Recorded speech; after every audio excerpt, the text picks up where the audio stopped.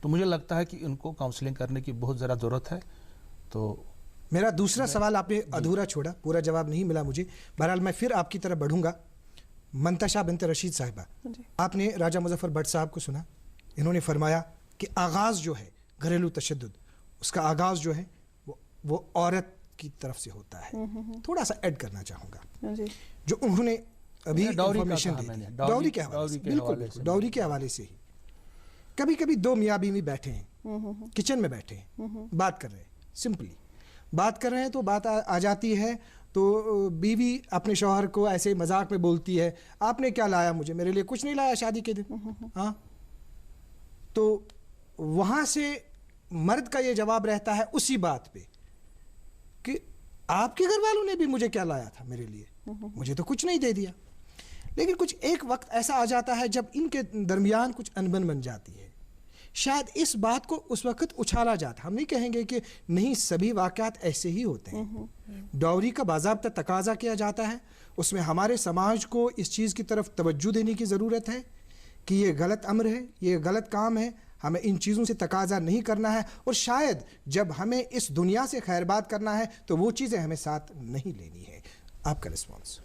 جی دیکھیے, بہت ساری چیزیں میرے ذہن میں آ رہی ہیں, addressing them one by one. جو آپ نے پہلے بھی سوال پوچھا تھا, علم کا تقاضا, جو نالج ہے, ایجوکیشن ہے, اس کا کیا رول رہتا ہے ڈومیسٹک وائلنس میں. Now when I think about it, ابھی بھی اگر آپ دیکھیے جموں کشمیر میں, یہاں سے ہم ایک سائڈ سے کہتے ہیں عورتیں پوزیشن لا رہی ہیں, لڑکیاں آگے بڑھ رہی ہے, but you have to understand, we all have to understand, ابھی بھی لٹریسی ریٹ جو ہے عورتوں کا 55% ہی ہے. ٹھیک ہے, اور جو مردوں کا ہے وہ 65% ہے. اور انڈیا میں نیشنل لیول پر جو لٹریسی ریٹ ہے وہ 75% ہے. یعنی کہ 10% ویسے ہی ہمارا سماج پیچھے ہے اور 20% ہماری عورت پیچھے ہے.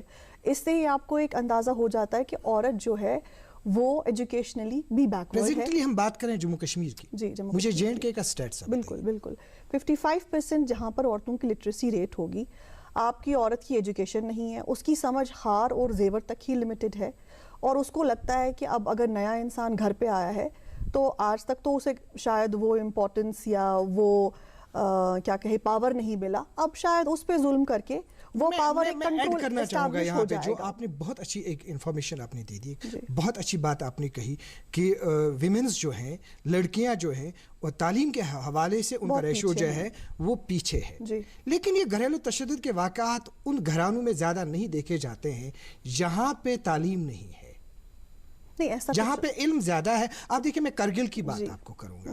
اگر آپ آفیشیلی دیکھیں گے, کرگل دیکھیں گے, لداخ دیکھیں گے, وہاں پہ آپ کو میری بات سنیے, وہاں پہ لٹریسی ریٹ کم ہے.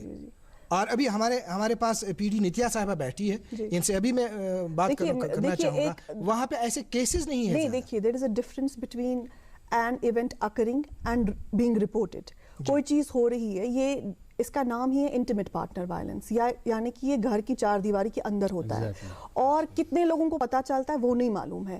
صبح ایک عورت اچھی خاصی میک اپ کر کے آفس جاتی ہے, لیکن کہیں نہ کہیں شام کو اس نے مار کھائی ہوتی ہے اپنے ہسبینڈ سے. وہ یہ بتانا بھی نہیں چاہتی ہے اس ڈر سے کہ ایک سٹگما ہو جائے گا, میری فیملی کی عزت سڑک پہ آ جائے گی. تو ضروری نہیں ہے کہ اگر ہمیں دکھتا نہیں ہے, اگر وہ پولیس اسٹیشن گیا نہیں ہے وہ کیس, تو وہ رپورٹ نہیں ہوا ہے. رپورٹنگ میں اور اکرنس میں بہت فرق ہے.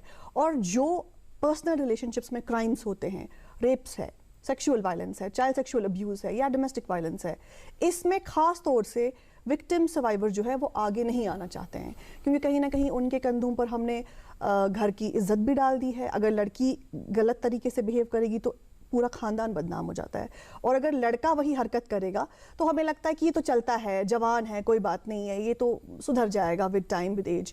اور کہیں نہ کہیں ہمارے سماج نے مرد کو ایک آزادی دے رکھی ہے. آپ دیکھیے, چھوٹے چھوٹے بچے ہوتے ہیں, یہ شروع وہاں سے ہی ہوتا ہے جب ہم بچے کو پالتے ہیں.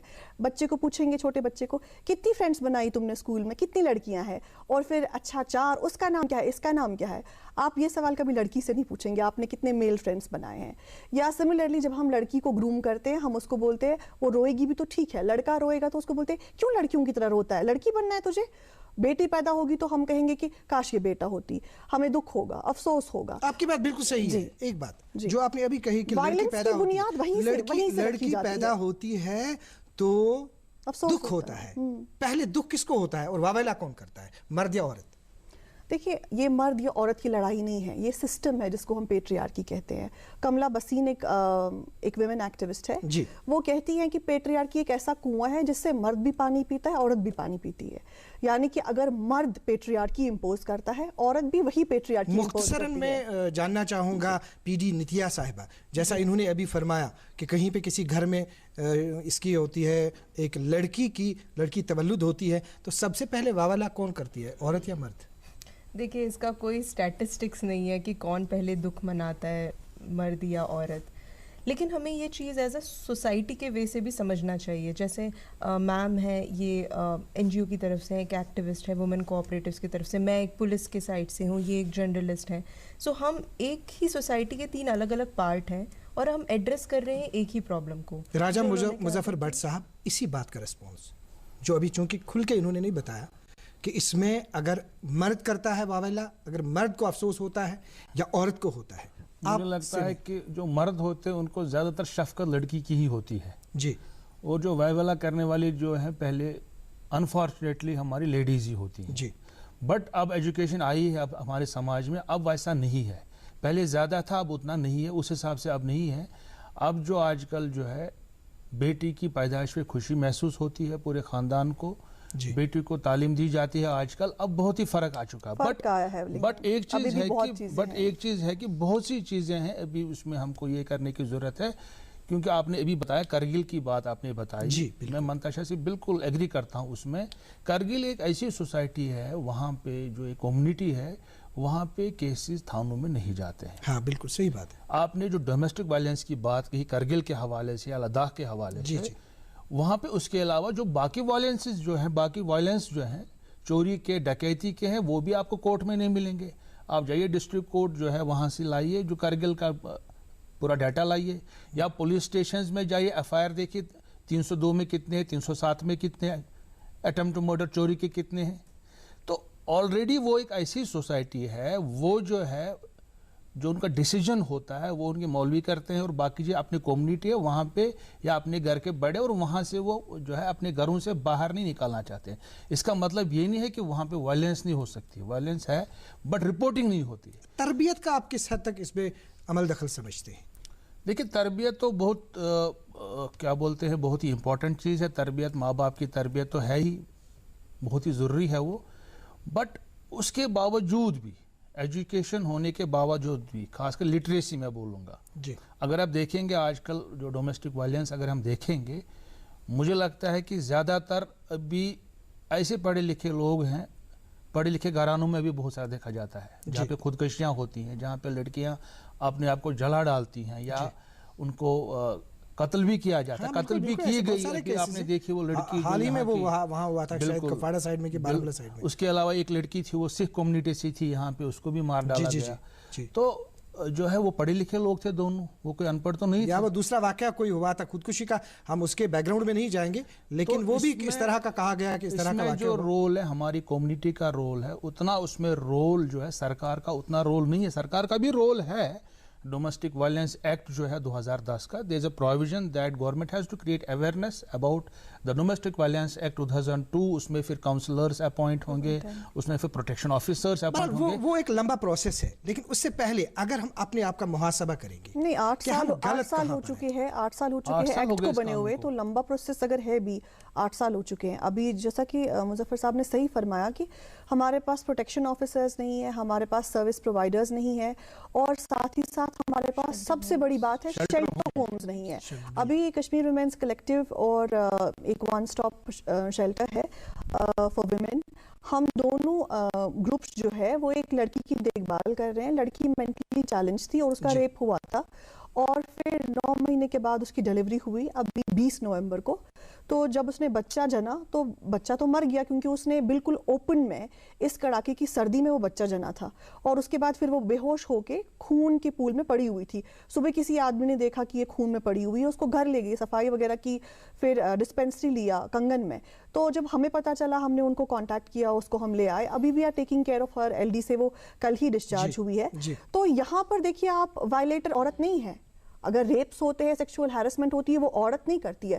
جب ہم عورت پہ ہی سارا بلیم ڈالتے ہیں تو ہم اس کو ایک عورت کا ایشو بناتے ہیں. یہ عورت کا ایشو نہیں ہے, ایک سماجی مسئلہ ہے. اور ہمیں یہ دیکھنا ہے کہ اکثر کرائمز جو ہے وہ اگینسٹ ویمن جو ہوتے ہیں, فرمایا سماجی مسئلہ ہے, مین ہوتے ہیں. صحیح فرمایا آپ نے, سماجی مسئلہ ہے. جی, سماجی مسئلہ ہے. تو کیا تربیت سے ہم اس کو دور کر سکتے ہیں؟ صرف ایک ہی چیز, آپ تربیت صرف مطلب تربیت جب ہم کہتے ہیں یہ word, what do we mean by تربیت؟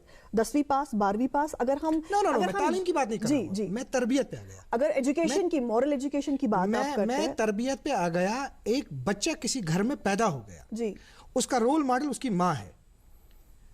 ایک لڑکا ہے, اس کا رول ماڈل اس کا باپ ہے. جب اس کی رول ماڈل ایک ایسی عورت ہے جو اپنے ہسبینڈ سے مار کھاتی ہے روز شام کو اور چپ چاپ سہتی ہے, تو ایک لڑکا یا لڑکی گھر پہ کیا سیکھیں گے؟ تو ہر ایک گھر میں ایسا واقعہ تو نہیں ہوتا, ہر ایک گھر پہ نہیں ہوتا ہے, لیکن اکثر ایسا ہوتا ہے. اکثر جس گھر میں ہوتا ہے, کیا آپ مانتے ہیں کہ وہاں پہ تربیت کی کمی ہے؟ دیکھیے, تربیت اور پڑھائی, تعلیم, اگر ہم انہی باتوں پہ لمٹ کریں ڈومیسٹک وائلنس کو, تو ہم آگے نہیں بڑھیں گے. کیسے کلا کما کر سکتے ہیں ہم اس بدت؟ دیکھیے, لا اور proper law enforcement, policy making, gender sensitization یا جینڈر بیسڈ ایجوکیشن. آپ نے تربیت تعلیم کا نام لیا, تو تربیت تعلیم میں جینڈر کا ایک کمپوننٹ ہونا بہت ضروری ہے. یہ سمجھنا کہ اگر ہم لڑکی کو مار رہے ہیں, اگر ہم اس کا ریپ کر رہے ہیں, اگر ہم اس کو ابیوز کر رہے ہیں, کیوں کر رہے ہیں بھلا؟ ہاں, وجہ کیا ہے؟ اگر میں آپ کو تھپڑ ماروں گے, آپ چپ رہیں گے؟ نہیں رہیں گے. اگر کوئی کسی کو سڑک پہ تھپڑ مارے تو وہ ایک دم جھپٹے گا, ایک دم غصہ کرے گا. تھپڑ نہیں, وہ ویسا ہی ہم ماحول کریٹ کیوں نہ کریں گے کہ تھپڑ ہی نہ مارے کوئی. اگر ہم پہلے تھپڑ مارے تو ہم یہ دیکھ کے مارتے ہیں کہ اگلا بندہ برداشت کرے, مجھے واپس جھگڑا نہ کرے. صاحبہ یہ ہے, اگر کوئی بیماری ہے ہم ڈاکٹر کے پاس جاتے ہیں علاج کے لیے. یہاں پہ ہمارے ملک میں پولیو سب سے زیادہ خطرناک بیماری سمجھی جاتی ہے. پھر اگر کسی پیشنٹ کوئی متاثر ہوتا تھا, اس کو علاج کیا جاتا ہے. آپ علاج کی بات کر رہے ہیں, میں خاتمے کی بات کر رہا ہوں. خاتمہ جو ہے پھر اس کو ایریڈیکیٹ پورا کیا گیا اس پولیو کو. اسی طرح سے میں اس کی ایریڈیکیشن چاہیے, اس کو پوری طرح سے ختم کرنے کی بات. بہت دور کی بات ہے. جی, آپ فرمائیے. جو آپ ایریڈیکیشن کی بات کریں وہ تبھی ہو پائے جب آپ نے ویکسین دی, جب آپ اسے سمجھ پائے وہ بیماری کیا ہے, اس کے بعد آپ نے اس کی ایک اینٹی باڈی بنائی, وہ انجیکٹ کیا, اس کے بعد وہ بیماری سے لڑ پائے. بالکل. ابھی ہم جس سٹیج پہ ہیں, ہم سمٹمز دیکھ رہے ہیں. جی, ہمیں ابھی تک کی اس کا ریزن نہیں پتا ہے کہ ڈومیسٹک وائلنس ہو کیوں رہا ہے.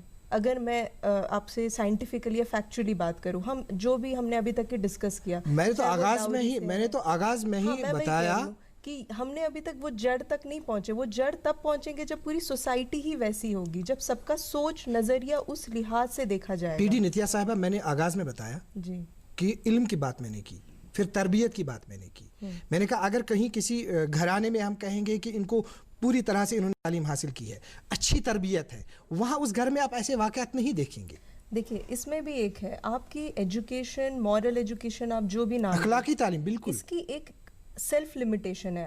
آخر کار ہم انسان کو اس کے اپنے وجود سے الگ نہیں کر سکتے. انسان کچھ اچھے بھی ہوتے ہیں, برے بھی ہوتے ہیں. صحیح بات ہے. تو جو برا انسان اگر کسی کے ساتھ چوری کرے گا, پھر ہم یہ نہیں دیکھتے پیٹریارکل ہے, میٹریارکل سوسائٹی ہے, وہ چور ہوتا ہے. لیکن domestic violence becomes a complex issue, کیونکہ اس میں ایک فیملی انوالوڈ ہے اور ایک سوسائٹی کا بھی ایک اپنا رول ہو جاتا ہے.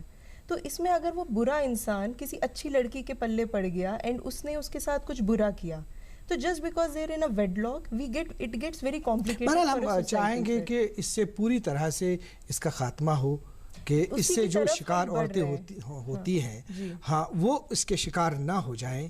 لیکن کیا مردوں پہ بھی گھریلو تشدد ہوتا ہے؟ گھریلو تشدد کی تو میں بات نہیں کروں گی, پر ہو سکتا ہے کبھی کبھی مس یوز ہو.